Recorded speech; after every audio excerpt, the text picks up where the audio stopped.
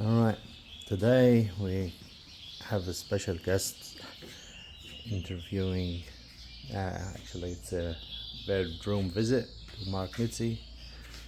That's his diplomas and certificates over the years, and he's extending his bedroom. That bedroom is not enough now. He's extending the bedroom, and there he is, the Yoki man. Good morning, Mark. Hey, how you going? Good, how are you? Not too bad. Nice weather today. It's not Not hot, too bad. not cold. Brilliant weather for Melbourne. Yeah, the birds look pretty fit and ready to start. Yeah, in a few weeks. They're ready, I'm not. Yeah. When are you gonna start? Well, towards the end of September, I'd say. Okay, so Mid-September, end of September, usually. and They'll know. They'll tell me. how many pairs you gonna put down? Probably got about 30 pair, I think, Yorkies. Okay, while I'm talking to you, I'm gonna take videos for the bird. Yeah. And now, what diet are they on? I can see some flowers. What these flowers are? They're just dandelion tops. Dandelion tops. Yeah. And that brings them into condition, Yeah. isn't it? Usually, it's the only thing really growing in winter time, so that's probably one of their favorite conditioning greens. What's this bird doing? It's got something in his beak. Yeah, it's getting ready. You want to go to nest, but it's still too early. That's the hen. That's the hen. Yeah. Yeah. You'll probably find the older hens will go earlier than the young hens. They're loving that thistle. They're going through it Yeah. like kids on chocolate. Yeah, they get a couple of heads every day or so if I can find it.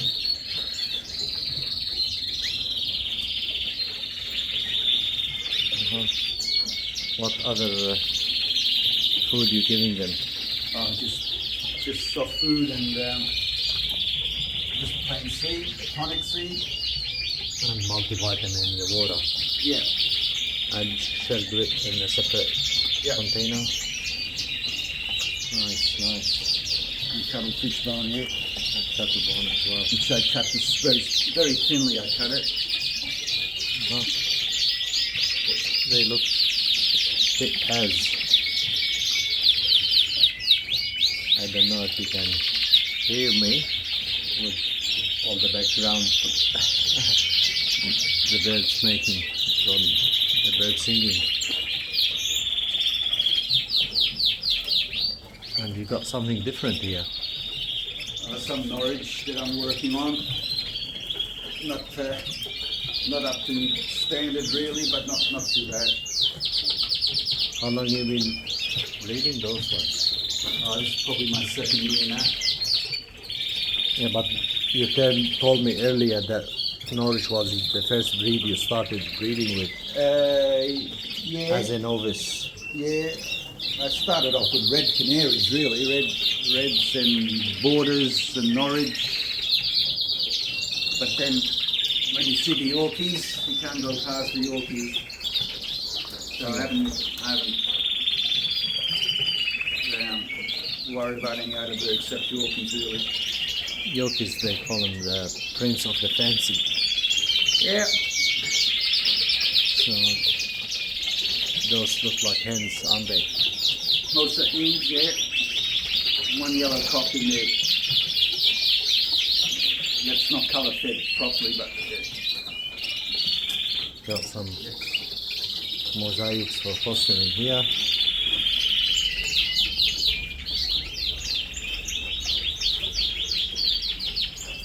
Very nice.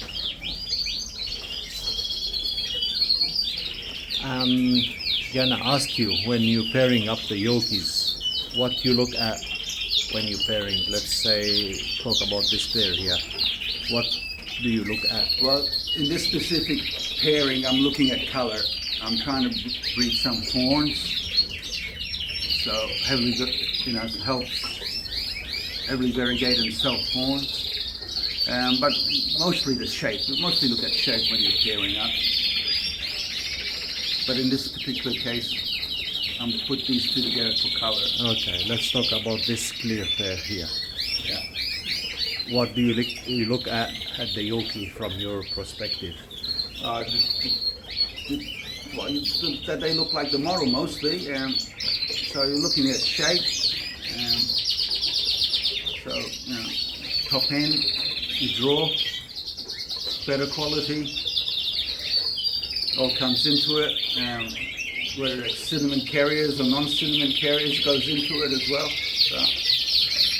I have a question for you, because I myself struggle with this, to keep the birds with nice tapper, nice tight feather behind the legs. That area, almost all, if not all, your birds, they have a nice tapper. They are not thick behind the legs, as you see them everywhere. In Europe, even here, my birds, I try to make the tapper smaller, but always comes thick. What's the secret behind that? Is there some theory behind it?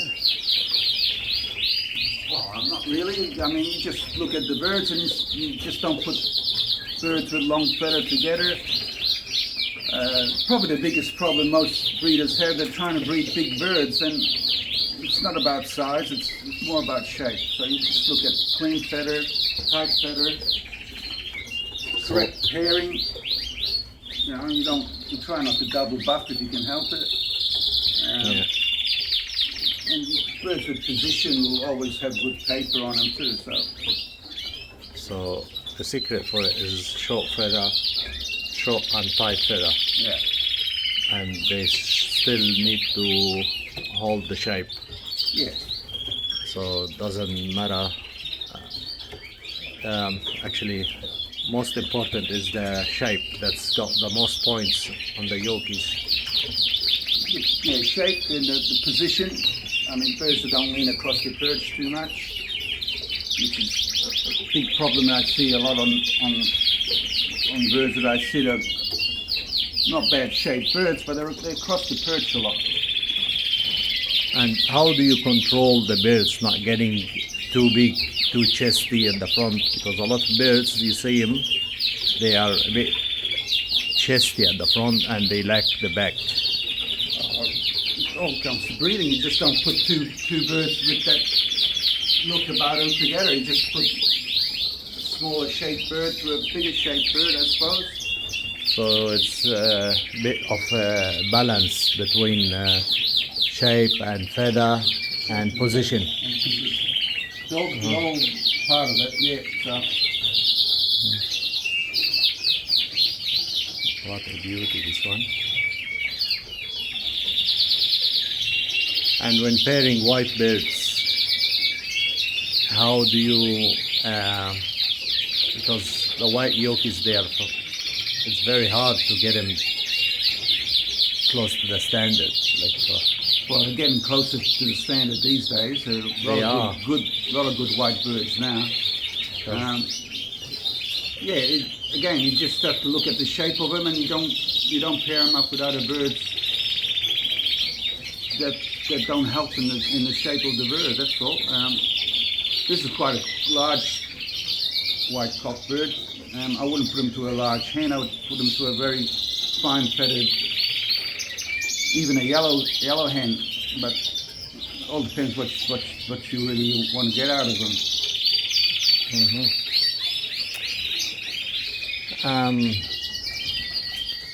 Yeah, and probably here, one of, just as an example, what I was talking about earlier, about a little bit thick behind the legs, that is a hen, isn't it? Yeah. So you put it with a cock bird with well, you definitely put that to a yellow cock for a start, and a fine, as fine a bird as you can find. Probably this cock bird down here would probably suit her better. So you try to use a bird with Yeah, smaller tapper. with, well, good long legs and a fine tight yellow feather.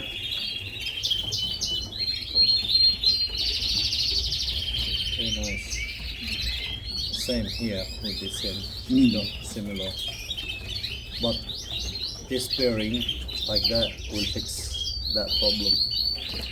Well, I wouldn't say it'd fix that problem, but it wouldn't hurt, so you just keep persisting. Minimize it. Minimize it, you probably breed, let's say you breed 5 birds and you got one really good bird, you just work with that one really good bird and just keep trying to improve all the time. It's not something you're going to fix in one season. You just have to keep persisting at it. So the key for it is patience. Patience and time. And time. Yeah, nothing happens overnight. Hear that, guys? Because we all want to breed a champion bird in 1 or 2 years or 3 years. That doesn't happen. Well, I'm Even if going on to my 40th year with the Yorkies now, and I've been breeding for close to 50 years, so yeah, so it all takes time. it all takes time.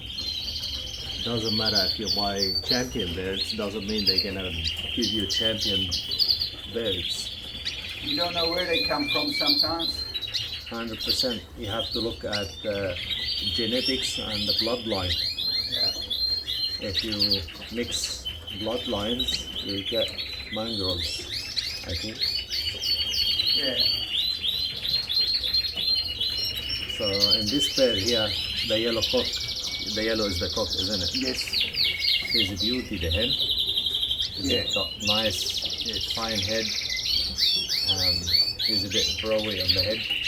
Yeah, he's getting on a bit. He's about 5 years old now. But he's, Wow. 5 years and he's still got the shape. and he's a non-sediment carrier, so that's probably the reason I hang on to him. And he's probably the grandfather of all my clear birds in here, so I put him to the best hen I had this year. And I think she's probably the best clear buff hen I got. Just for the viewers, this bird looks like a crossbred because he's stretching, but he's not, because now he's getting into breeding conditions, and Yorkies, when they're in breeding conditions, they lose their carrot shape and they become like a stick, like this one. He's ready to go. Like he's very, what they call it in a nice way. He's very horny. He wants to mate. That's a nice way. He wants to mate, so that's why he's stretching like that. And he got one by himself here, or by herself. Yeah. He was fighting with the hens, so he's by himself to like get the hens more closer to position, and I'll put them back together again. So when you pair them up, you put them together. If they are not fighting, you leave them. If they're fighting, you pull the hen out, not the cock. Well, either way, doesn't matter. If they're fighting, depends what they're fighting. If some pairs just fight over food, so I give them different feeding dishes, separate feeding dishes, so they can eat peacefully. But some of them just fight because they don't like each other, so you just split them up for that and put them back together when it's usually people mistake a cockbird wanting to mate as fighting. It's usually the cockbird wants to mate and the hen's not ready yet. That's why they fight usually. Same in the human world. Nice one.